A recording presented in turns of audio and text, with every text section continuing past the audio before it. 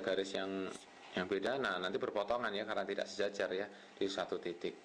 Dan caranya menjadi sangat mudah kalau kita belajar garis sejajar. Misalnya pertanyaannya adalah 2x plus 3y plus 5 sama dengan 0 gitu ya. Carilah persamaan garis yang sejajar ini, 2x plus 3y plus 5 sama dengan 0, dan melalui titik 1,2 misalnya. Apakah persamaan garis itu? Nah, biasanya anak-anak mencari gradiennya dulu. Oke, boleh juga. Ini gradiennya adalah 2/3 ya, minus. Terus kemudian dibuat persamaan garis yang baru, gradiennya sama, min 2/3, kemudian dimasukkan, terus ketemu. Tapi Paman Apik punya cara yang lebih mudah ya. Karena gradiennya ini sama, ya kita tulis ulang aja. Pasti persamaan garis yang baru ya sama dong. Betul nggak? Kan miringnya biar sama, ya gradien sama. Jadi harus 2x plus 3y juga. Cuma belakangnya ini kita belum tahu, plus kantong gitulah ya. Plus k sama dengan 0. K-nya berapa kita belum tahu. Itulah gunanya 1,2. Kita akan masukkan 1,2 untuk menentukan k. Jika x-nya 1, y-nya 2, maka k-nya berapa biar bernilai benar. Oke, kalau x-nya 1 ya, 2 kali 1 berapa? 2, kita tulis 2. Terus kalau y-nya 2, 3 kali 2 berapa? 6. Itu ya, ditambah k, ini harus sama dengan 0 gitu. 2 tambah 6 adalah 8 gitu ya. K-nya berarti adalah min 8. Jadi k min 8. Selesai sudah. Maka persamaan garisnya kita ganti aja, k ini adalah dengan min 8. Jadi kalau kita tulis ulang, persamaan garis yang dimaksud adalah 2x plus 3y min 8 sama dengan 0. Inilah persamaan garis yang sejajar dengan 2x plus 3y plus 5 sama dengan 0. Ya, Anda kembali bersama kami di Beranda dan kita masih membahas mengenai UN SMP siap untuk mengerjakan soal-soal matematika. Nah, tadi kalau misalnya Anda yang sudah lama juga tidak sekolah, itu kayaknya melihat tadi, aduh itu soal apa ya? Gimana ya cara mengerjakannya ya? Dan mungkin juga Anda mendapatkan cerita-cerita dari anak Anda yang masih di SMP tadi sudah mendapatkan, kalau yang pertama hari pertama tuh bahasa Indonesia ya. Nah, untuk matematika tuh hari Rabu. Nah, ini masih ada persiapan nih hari Selasa.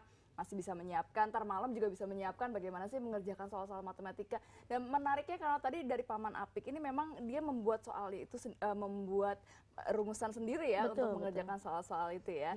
Dan kalau misalnya Paman Apik di Bandung, yang di Jakarta ini ada Mbak Mega. Mbak Mega juga banyak murid-muridnya yang SMP juga banyak diceritakan mengenai pengalaman tadi hari pertama aja udah banyak sekali ya keluhan-keluhan dari mereka. Mereka bilang kan biasanya kan memang sebelum UN ini ada tryout. Itu bahkan dia bilang soalnya lebih susah daripada tryoutnya. Kok bisa begitu ya? Iya. Padahal harusnya kan tryout tuh lebih susah daripada nanti lebih UN-nya. susah daripada UN-nya untuk persiapannya. Nah ini gimana nih Bu Retno nih, sistem kembali lagi pada sistem pendidikan yang sepertinya kok anak-anak dipersulit gitu ya, padahal menjadi beban untuk anak-anak sendiri. Jadi gini, ini kan gara-garanya tahun ini pemerintah membuat 20 tipe soal ya dalam satu kelas, sehingga setiap anak itu berbeda-beda. Tujuannya adalah untuk mencegah terjadi kecurangan.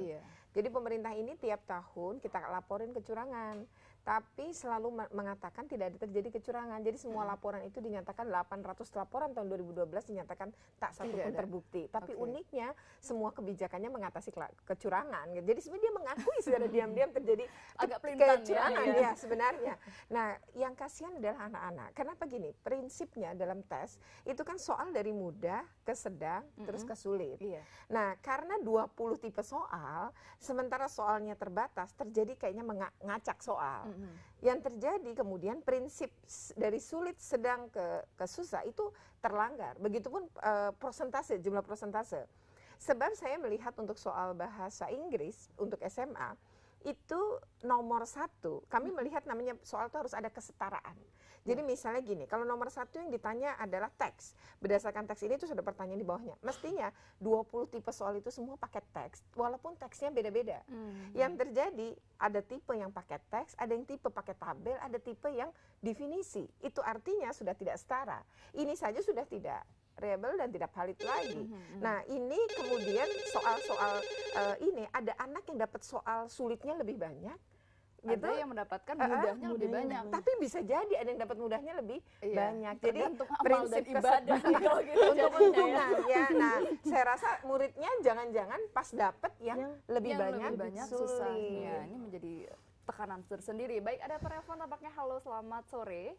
Selamat sore, Assalamualaikum. Waalaikumsalam. Dengan siapa di mana? Iya, dengan Ibu Cici di Pondok Gede. Ibu Cici, Saya mau lihat ininya aja tadi yang jumlah suku ke-20 tadi itu caranya gimana? Bisa diiniin ke Diulang lagi. Oke.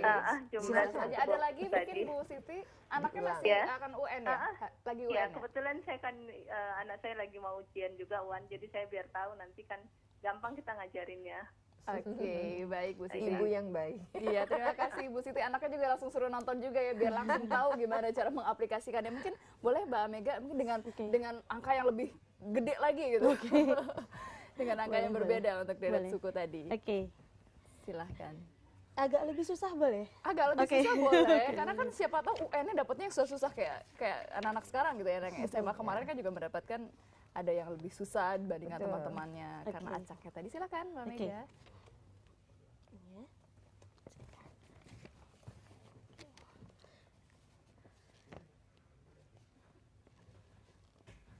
Oke, misalnya di depannya itu kita bikin aja 5,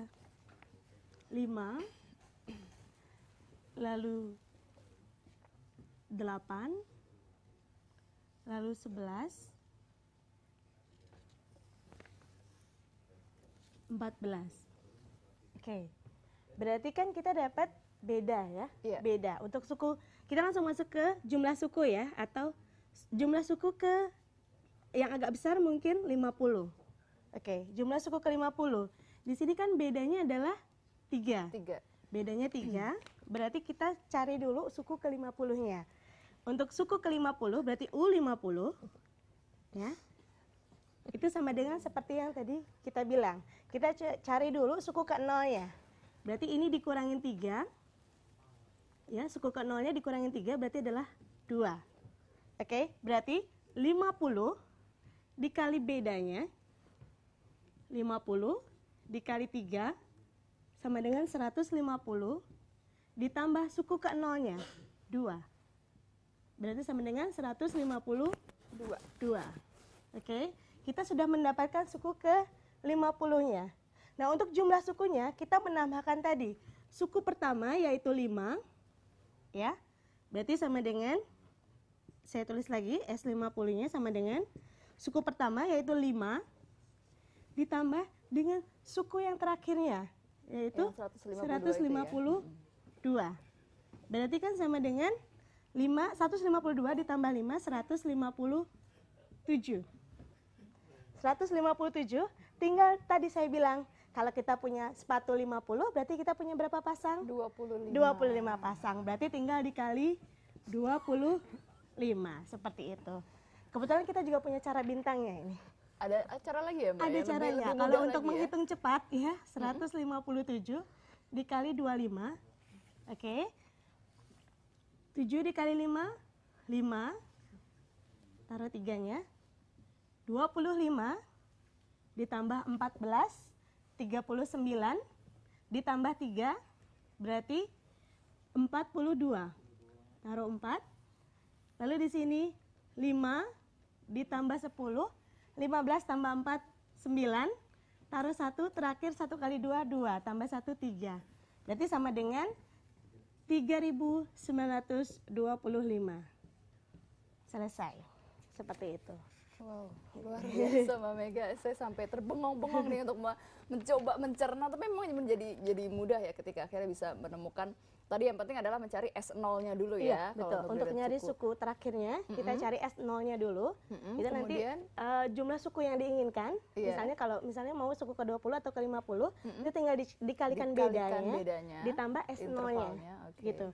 Setelah ditambah S0-nya, kita sudah dapat suku ke-50. Kadang-kadang soalnya hanya sampai segitu saja. Tapi kadang-kadang juga ditanya jumlah sukunya. Iya, jumlah sukunya yang tadi harus dikalikan akhirnya. Kalau jumlah sukunya itu kalau dia genap ya, itu tadi hanya suku pertama ditambah suku terakhir, tinggal yang tadi S-nya berapa. Kalau S20 berarti kan ada 10 pasang. Gitu. Kalau S50 berarti ada 25 pasang. Hanya tinggal dikali. Dan ini juga saja. Jadi jumlahnya yang tambah lebih sulit daripada yang pertama kan hanya ratusan tadi ya, masalah sekarang ini sampai 3.000-an. Oke, baik, kami akan kembali saat lagi, pastikan Anda tetap bersama kami di Beranda.